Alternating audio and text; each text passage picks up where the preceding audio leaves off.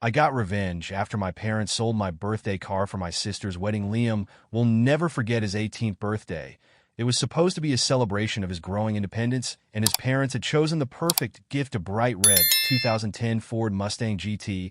He was ecstatic. It wasn't just any car, it was freedom. He'd always dreamed of having a car that was a car that could take him anywhere he wanted. To go anytime, he felt like it. His friends knew how much he cherished that Mustang. It wasn't just for driving, it was about what the car symbolized: adventure, excitement, and control over his own life. The car became a routine part of his identity. He washed it every weekend, waxing it meticulously until it gleamed in the sun, and even named it Scarlet as a tribute to the car's fiery color. Scarlet wasn't just an object to him, it was a companion, a symbol of everything he was coming to appreciate about adulthood. Late-night drives with his friends where they blasted music and laughed into the night, or the quiet solitude when he was alone thinking about life while driving down an empty road with only the sound of the engine for company, gave him a sense of peace. For the first time, he had something that was something no one could take from him.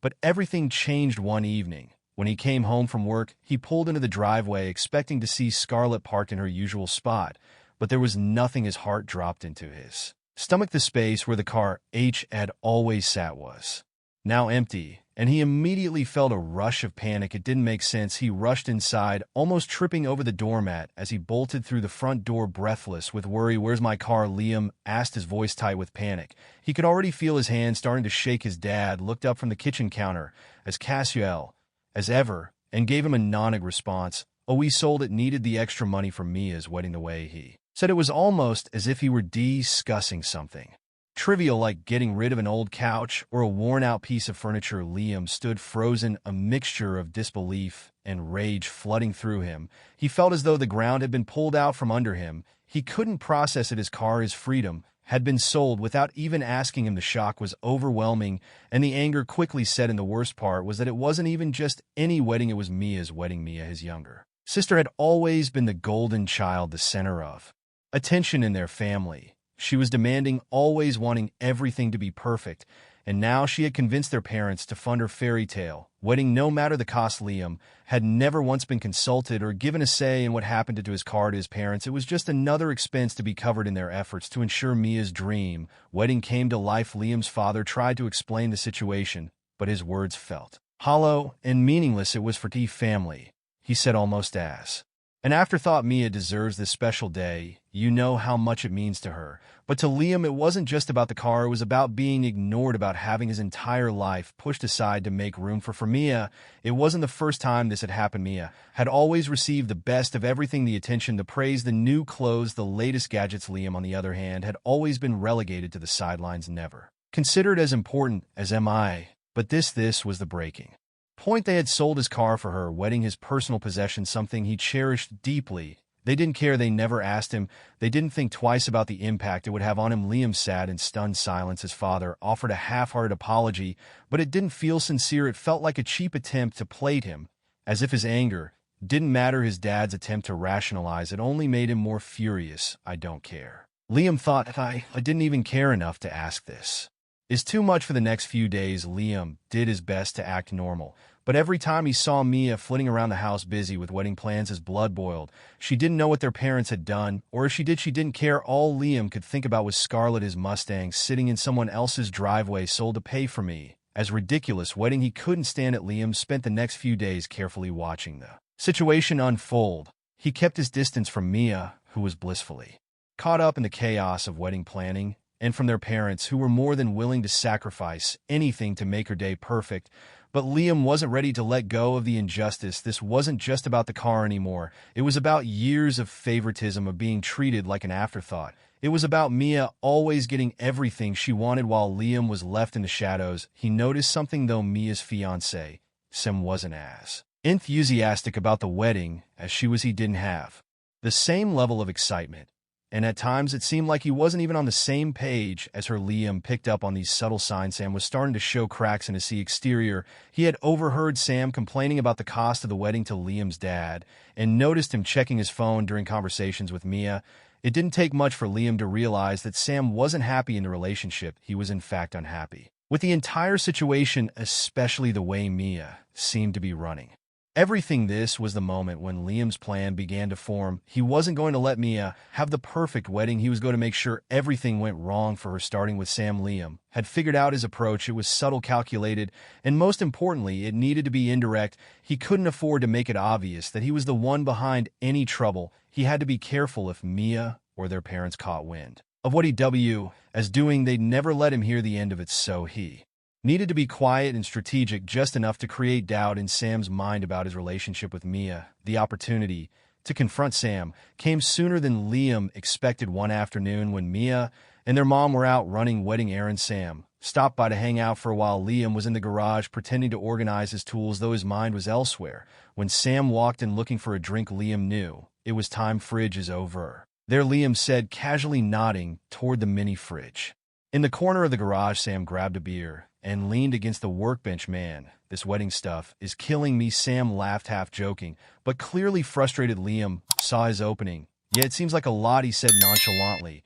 But hey, Mia has a way of getting what she wants, right? Sam snorted. You're telling me it's her world, and I'm just living in it, he said, clearly fed up with the situation. Liam took another step, leaning in just a little. Must be tough, he said, keeping his tone light. I mean, you're paying part of the bill, right? Sam nodded, sipping his beer. Yeah, and her parents are chipping in too, but man, it's a lot. He held a tired sigh. I told her we didn't need all that, but she won't listen, says it's her dream. Liam didn't miss a beat. I guess it's worth it if you're sure she's the one. Sam hesitated, his eyes dropping to the beer in his hand, as if it held all the answers. Yes, sure, he muttered, but the lack of conviction in his voice told Liam everything he needed to know. Bingo. Liam pushed a little more, pretending not to care. You know, Mia's always been intense. My parents spoil her, so she's used to getting her way. But hey, if you're okay with it, more power to you. Sam didn't say anything in response, but his expression, a mix of uncertainty and resignation, was all Liam needed. The seed had been planted. He had just doubted Sam's commitment, and from what Liam could tell, it wouldn't be long before that doubt began to fester. With Mia's overbearing personality,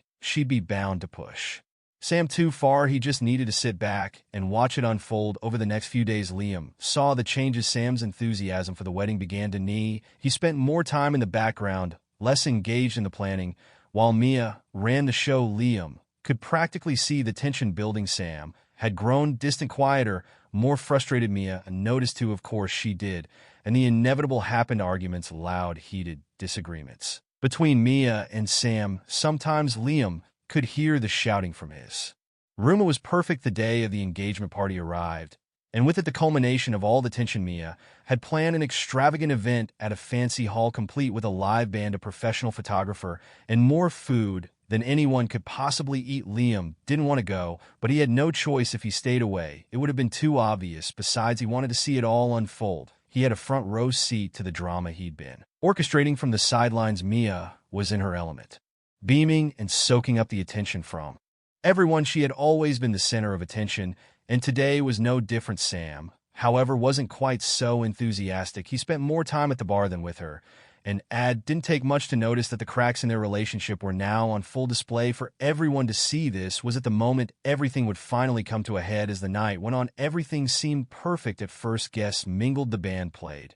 and Mia took every opportunity to bask in the spotlight. But then the toast came. One of Mia's friends stood up, glass raised, and began to speak to Mia and Sam. The friend said, her voice full of admiration, they're soulmates, the perfect couple. Sam's a lucky man to have found someone as amazing as Mia. Liam watched closely as Sam's smile faltered just for a second, but it was enough. That brief moment of hesitation was all it took for Liam to know that everything he had hoped for was about to come to fruition. As the toast ended, he saw Sam exchange a look with Mia, a look that said everything. It was a look of frustration. Mia, of course, didn't let it slide. She pulled Sam aside to confront him in private, and Liam, ever the observer, could hear the argument through the thin walls of the hallway. What's wrong with you? Mia's voice was sharp and angry. You've been acting strange all night. I don't know, Mia, maybe it's because I'm drowning in all this wedding crap. Sam shot back, his voice rising. You don't listen to me. It's always about you. The argument escalated quickly. Liam could hear Mia's voice grow louder. That's not fair. I'm trying to make this day special for both of us. If you can't see that, maybe it's you with the problem. Liam didn't need to hear anymore. He knew it was over. This was the moment. Moments later, the silence in the house was deafening. Mia, still red-faced and fuming, rushed after Sam. But it was too late. He stormed out of the building, coat in hand, and left. The engagement was over. The guests unsure of what to do, exchanged uncomfortable glances. Some whispered among themselves, unsure whether to leave or stay. Mia's sobs could be heard throughout the hall. As she stood there frozen in disbelief, the wedding was unraveling right before her eyes, and Liam could barely contain his satisfaction. The chaos didn't stop with Sam walking out. As the night stretched on, the mood shifted from celebratory to awkward. Mia's sobs echoed in the hall, her friends awkwardly trying to comfort her while her parents were scrambling to make sense of the disaster.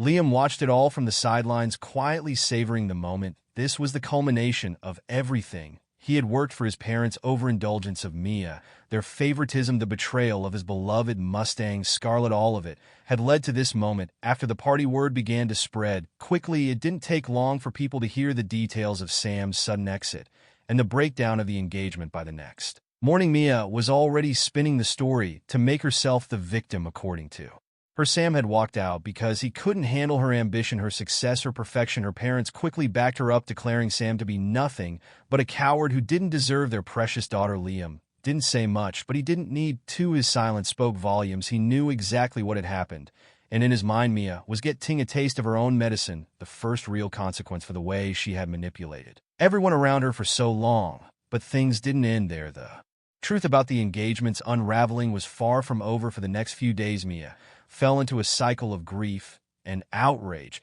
She alternated between crying in her room and venting her frustration to anyone who would listen. Meanwhile, her parents kept trying to sweep it all under the rug, explaining to anyone who would listen that Sam had been the problem all along. Liam wasn't convinced. His satisfaction didn't come from seeing Mia heartbroken. It came from knowing that his voice had been heard. Even indirectly, the consequences of his actions were far-reaching, but they felt deserved. It didn't take long before the inevitable happened. One evening, after a particularly immoderate outburst from Mia, Liam found himself cornered in the kitchen by his parents. They'd had enough of his smug silence, and now they were looking for answers. How say? And you just sit there while your sister goes through this. His mom began, her voice full of guilt and concern. She's devastated. You should be helping her. Liam's eyes were cold as he responded, not my problem. That didn't sit well with his father. You've been acting like you're proud of what happened. Did you have something to do with it? His dad's voice was rising now, fury clear in his tone. For a moment, Liam considered playing it cool, denying everything, but the truth had already come out in so many ways that he couldn't hide behind false innocence any longer.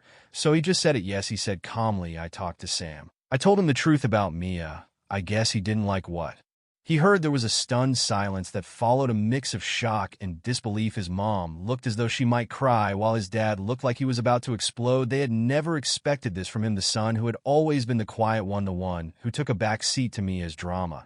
But this time he wasn't acting down. What kind of person does that? His dad shouted, you ruined your sister's life. For what? Some petty revenge? Liam stood up, his voice calm but firm. No, I stood up for myself.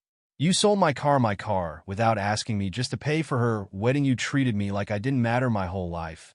And I'm done. You wanted to make me his day perfect. Well, now you've got exactly what you deserve. His words hung in the air like a heavy weight. His parents stood there speechless, unable to process what had just happened. His dad pointed toward the door. Get out. We don't want to see you anymore. Liam didn't argue. He didn't need to. He had been waiting for this moment, this final break. He packed his things that night, grabbed what little money they had given him after they sold Scarlet, and walked out the door. Liam's life from that moment on was different. It wasn't easy, but it was his own. He bought an older used truck with the money from his parents. And though it wasn't his Mustang, it was his choice, his freedom, an old Toyota Tacoma, battered and worn with a few dents and scratches. But it got the job done. Liam found a job a few hours away from his family's house and started over. It was a fresh start, one that he had desperately needed. He didn't miss Mia. He didn't miss his parents. They had chosen their golden child. And now he was choosing to live for himself. 3 months past, the distance between him and his family felt right. There was a satisfaction in the space he had created. He didn't need their approval. The gossip from their small town reached him eventually, and he heard that Mia was still reeling from Sam's rejection. The engagement was over. The wedding never happened, and in the process, she had lost the golden future she had envisioned. Liam wasn't bothered by it. He had his own life now. He wasn't concerned with what Mia was going through or how their parents tried to clean up the mess. Then one evening, while sitting at a bar near his new apartment, he said, grinning. Sam shook his head and left. No offense, but your family, they're crazy. Mia, your parents, they're on another level. The way they micromanaged everything, the expectations, it was like I signed Up to marry all three of them, Liam laughed. Too, you're not wrong. They've been like that my whole life. Mia gets what she wants, and the rest of us just have to deal with it. The two of them spent the next couple of hours talking. Surprisingly, Sam didn't hold any grudges against Lou. In fact, he's the type with a good salary and a fancy apartment. Her parents were thrilled, calling him a much better fit than Sam. Liam didn't care, but he couldn't help feeling a little sorry for Brandon. He had no idea what he was getting into. Mia could be charming when she wanted to be, but Liam had seen the way things when eventually Brandon would learn the hard way, just like Sam had, just like he had. But for Liam, it didn't matter. He had his own life now, and for the first time in a long time, it was his make things right. He could fix what was broken, even if it wasn't perfect. Liam's new job at the shop was steady, and the guys there were solid. They didn't ask too many questions about his past, and he was grateful for that. His life had taken a sharp turn, but he had found something that felt genuine. No more living in the shadow of Mia's whims or his parents' favoritism. It was all on his terms now. Sometimes, in quiet moments, Liam would reflect on the cost of his freedom, the estranged relations pin.